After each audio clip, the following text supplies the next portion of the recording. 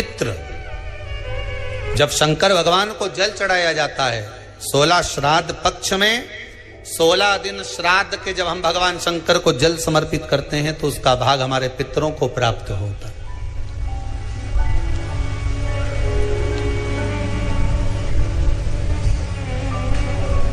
केवल 16 श्राद्ध के दिन ही ऐसे होते हैं जिसमें शंकर भगवान को जल में दूध मिलाकर चढ़ाने की जगह दूध भले 1 चम्मच चढ़ा रहे हो पर अलग से चढ़ाओ, कच्चा दूध अलग से चढ़ाओ, उसके बाद भले तुम जल चढ़ा दो, पर लोटे में जल में दूध मिलाकर 16 दिन श्राद्ध पक्ष में नहीं ले जाना। भले 1 चम्मच दूध लेकर जाओ, 1 कटोरी दूध लेकर जाओ, पर कच्चा दूध अलग से लेकर जाओ, शंकर भगवान को अलग से चढ़ाओ, क्योंकि 16 दिन श्राद्ध पक्ष के जब भगवान शंकर को दूध और जल चढ़ाया जाता है वो हमारे पितरों के खाते में चला जाता है, हमारे पितरों को उसका भाग मिलता है। इसलिए शंकर भगवान को कच्चा दूध भी चढ़ाओ तो पानी में मिलाकर नहीं, एक अलग से 1 चम्मच ले जाओ, भले फिर शिव जी को चढ़ा दो, भले एक छोटा सा कटोरी में ले गए चढ़ा दिया, जल ले गए चढ़ा दिया, वो हमारे पूर्वजों को प्राप्त है। क्या करना चाहिए अगर पितृदोष है और उससे निवारण करना है, शांति पाना है, तो क्या करना होगा? उसका एक ही तरीका महाराज, अमावस्या के 1 दिन पहले 14 के दिन पीपल के 7 पत्ते लीजिए और 7 पत्ते पर शंकर का नाम ओम नमः शिवाय लाल चंदन से लिख दीजिए। 7 पत्ते पर लिखकर उसको मौली, जैसे हमने अभी बंदरबान बनते ना, ऐसे मौली की बंदरबान मान लीजिए, घर के मुख्य दरवाजे पर लगा दीजिए। कौन से दिन? अमावस्या की 1 दिन पहले 14।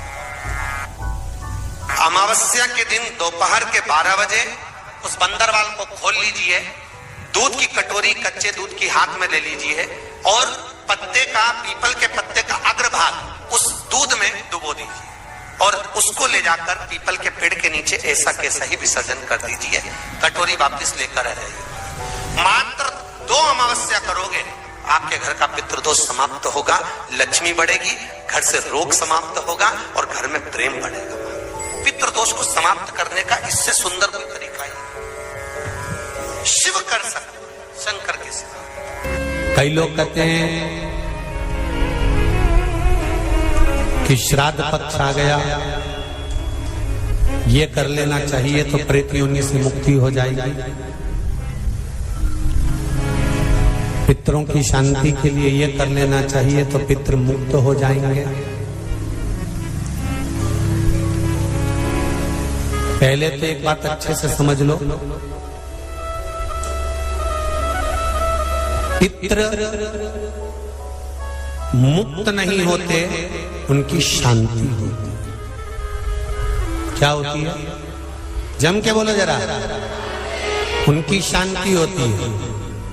जब आप किसी तीर्थ में स्नान कर रहे हो, जब आप किसी तीर्थ में हो, स्नान कर रहे हो, पुण्य कर रहे हो, सत्कर्म कर रहे हो, भजन कर रहे हो, कीर्तन कर रहे हो, मंत्र जाप कर रहे हो, तो उसका एक अंश, एक भाग हमारे पूर्वजों के खाते में, हमारे पितरों के खाते में जाता है, उनके खाते में पहुंचता है, ये निश्चित है। आपने किसी ब्राह्मण को भोजन कराया, भले अपने पितरों के निमित्त नहीं जिमाया, कोई ब्राह्मण को 1 गिलास पानी पिलाया, भले अपने पितरों के निमित्त नहीं पिलाया, पर आपका एक अंश उसके खाते में चला जाएगा। उससे क्या होगा? पितरों की शांति। और समझ लो, गया जी में पिंडदान कर देने से क्या पितृ मुक्त हो जाते हैं?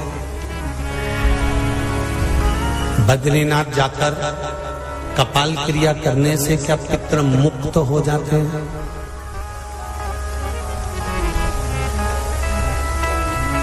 भाई,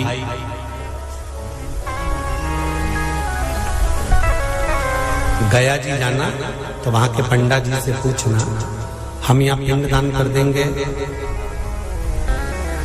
तो क्या वो मुक्त हो गए? पंडा जी कहेंगे आप अपने पूर्वजों को गया का पिंड देकर, उनका पिंडदान कर कर आप उनको भगवान विष्णु के चरणारविंद में छोड़ गए।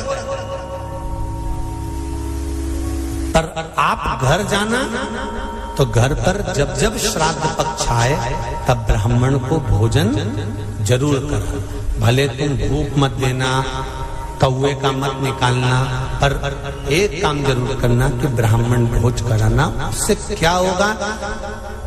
16 श्राद्ध में जब हमारे पितरों को, हमारे पूर्वजों को पितृलोक से छोड़ा जाता है तो वो सबसे पहले जिस घर में रहे होते हैं, जहां उनका पिंड घर में दिया होता है, जहां रहे होते हैं, सबसे पहले वो वहां आते हैं, सबसे पहले वहां आएंगे। और अगर तुमने उनकी तिथि पर, उनके वार पर अगर आपने भोजन करा दिया है तो उनकी मुक्तता नहीं, उनकी शांति हो जाती है।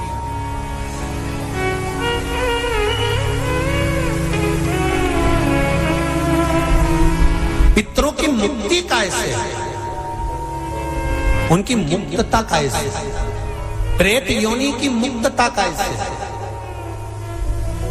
तो कहा जैसे भगवान का नाम लेने वाला व्यक्ति दूसरा जन्म नहीं पाता, उसी तरह भगवान का जो भजन करते हैं, कीर्तन करते हैं, मंत्र जाप करते हैं, या शिव महापुराण की कथा, राम कथा, भागवत कथा, विष्णु पुराण आदि जितनी भी पुराण हम श्रवण करते हैं, हमारे श्रवण करने का एक भाग हमारे पितरों के खाते में जाता है, तो उस कथा के फल से उनकी मुक्ति हो जाती है। उनकी कथा के फल से मुक्तता। प्रेत योनि से मुक्त हो गया धुंधकारी, बिंदुक प्रेत योनि से मुक्त हो गया। काय से होगा? शंकर का स्मरण, शिव महापुराण की कथा का रस तत्व ग्रहण करना, राम कथा, भागवत कथा का मात्र स्मरण करना, उससे मुक्त। क्यों दी जाता कौवा को भोजन? श्राद्ध पक्ष में कौवे को भोजन क्यों दिया जाता है? क्यों छत पर ले जाकर रोटी का टुकड़ा डालते हैं?